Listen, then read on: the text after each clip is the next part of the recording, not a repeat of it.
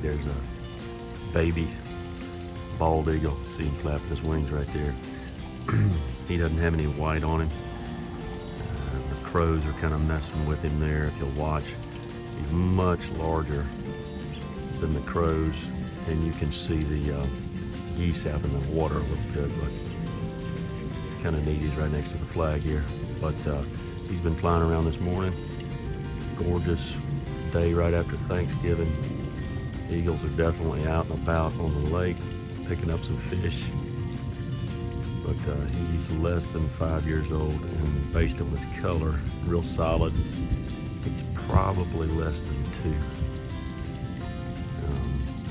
But we got multiple pairs of mating and nesting mature eagles. Every year we end up getting several new bald eagles that come out of it, so that's one of the eagles. We'll see if he'll lift off here in just a minute.